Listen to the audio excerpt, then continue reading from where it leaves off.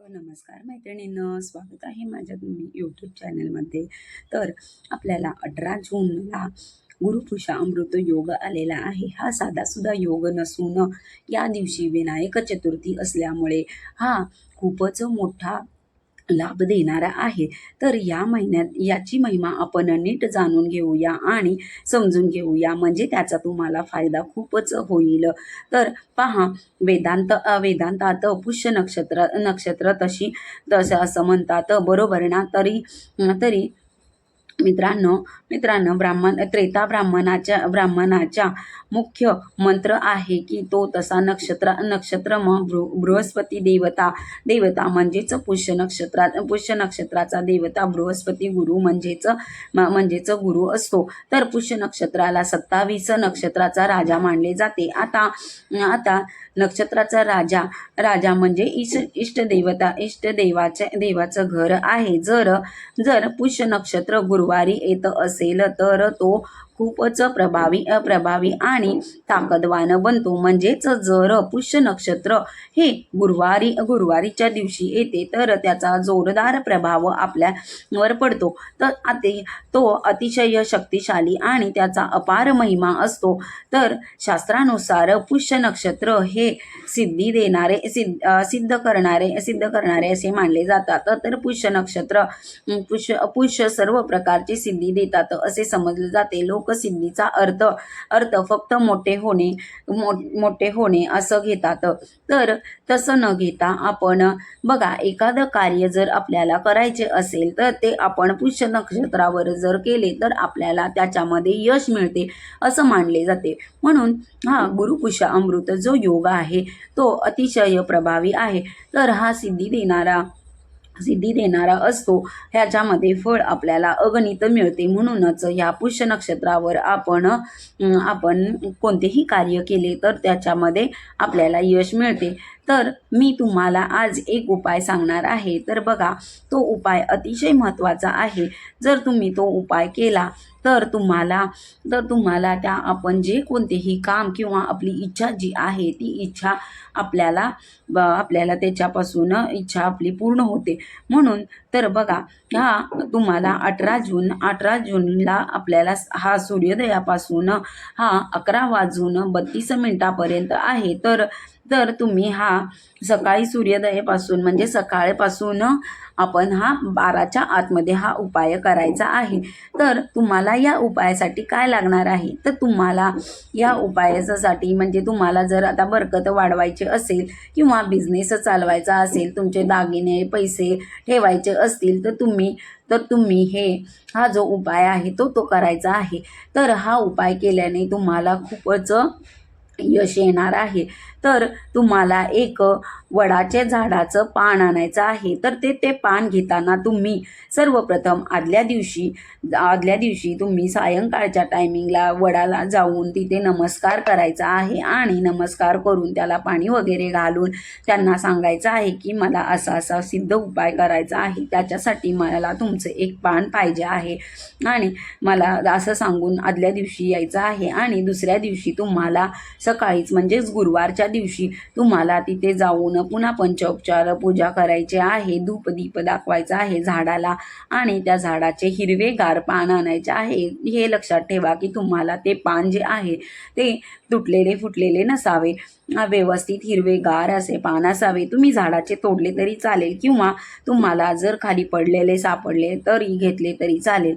तर तुम्ही हे पान घ्यायचं आहे. त्या पानावर ते पान घरी आणून स्वच्छ धुवून घ्यायचं आहे. नंतर आपण जी काही आपली पूजा असते ते पंचोपचार पूजा करायची आहे. पंचोपचार पूजा म्हणजे काय, तर ते पान स्वच्छ धुवायचे आहे आणि त्यावर हळदी कुंकू किंवा धूपदीप नैवेद्य दाखवायचा आहे. तर तुम्हाला हे करायचं आहे. तर व्यवस्थित धुवून घ्यायचं आहे आणि त्यावर आपण चंदनाने व्यवस्थित एक स्वस्तिक काढून घ्यायचं आहे. ते स्वस्तिक काढून घ्यायचं आहे आणि त्यावर आपण चंदनानेच 2 रेषाही मारायच्या आहेत. आणि त्या स्वस्तिकामध्ये 4 बिंदू असणे अतिशय महत्त्वाचे आहे. कारण 4 बिंदू जे आहेत ते साक्षात लक्ष्मी आणि विष्णूंचा वास आणि गणपती गणपती बाप्पा आणि त्यांच्या पत्नी असा असा तो अर्थ आहे. म्हणून ते न विसरता आपण त्यामध्ये 4 बिंदू लावायचे आहेत आणि हे आपण ठेवून आपण त्या दिवशी आपण पूजा वगैरे करायची आहे आणि त्याला तुपाचा दिवा वगैरे दाखवून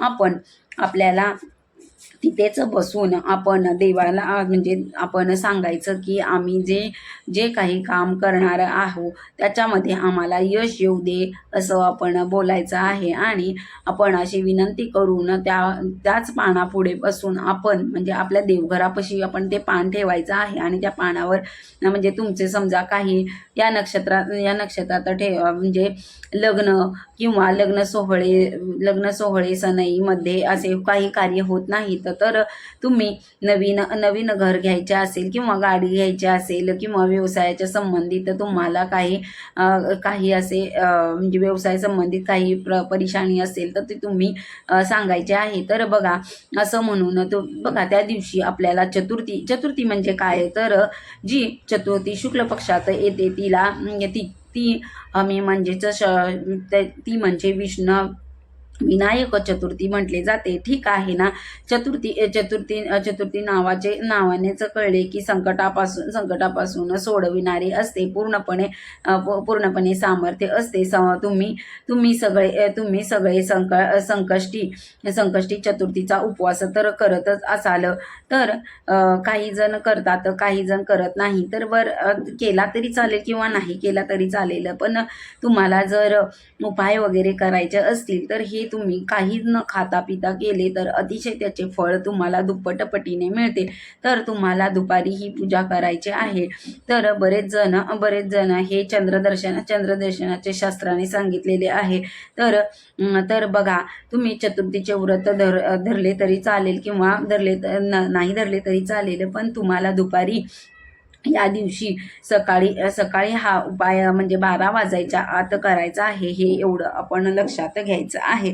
तर तुम्ही हे घ्यायचं आहे आणि पूजा करायची आहे. तर तुम्ही गणपती बाप्पाची ही पूजा करू शकता आणि जे पान आपण आणलेले होते तर आपण हे पान घेऊन त्याच्यावर आपण स्वस्तिक वगैरे काढून आपण एक वेळा गणेश अथर्व शीर्ष हे म्हणणे खूप गरजेचं आहे.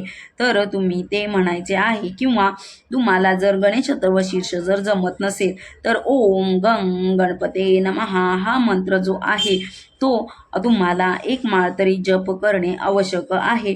त्याचबरोबर आपण गणपती बाप्पाला दुर्वा तरी नक्कीच ठेवायच्या आहेत. कारण दुर्वा वाहिले तर आपल्या घरचे धन वैभव वाढण्याचे एक मार्ग आहे. गणपती बाप्पाला दुर्वा अर्पण केली, धूपदीप नैवेद्य दाखवायचा आहे. भोग म्हणून मोदक किंवा लाडू दाखवायचे आहेत. अगदी साध्या सोप्याने पूजा करायची आहे. आपण जर तुम्ही सकाळी 11 वाजता सुरू केली तर खूपच छान. तर पुष्य नक्षत्रात ही पूजा तुम्ही तुमच्या माध्यमातून मोठे काम होईल. तुमच्यासाठी मोठे उपकार होतील. जीवनातील अडथळे लवकर मिटतील. गणपतीची उपासना या युगात लगेचच फलभूत होत असते. म्हणून तुम्ही ही उपासना करून तुम्हाला लगेचच परिणाम दिसतील. म्हणून या दोन करून झाल्यानंतर ते जे आहे आपलं पान ते आपण आपल्या तिजोरीमध्ये ठेवायचं आहे. त्यामुळे आपल्या घरात नेहमी बरकत राहते. आणि व्हिडिओ आवडल्यास लाईक करा, शेअर करा. श्री स्वामी समर्थ. जय जय स्वामी समर्थ. जी काही सेवा झालेली आहे ती महाराजांच्या चरणी अर्पण करून आता आपण भेटूया नेक्स्ट व्हिडिओमध्ये. श्री स्वामी समर्थ.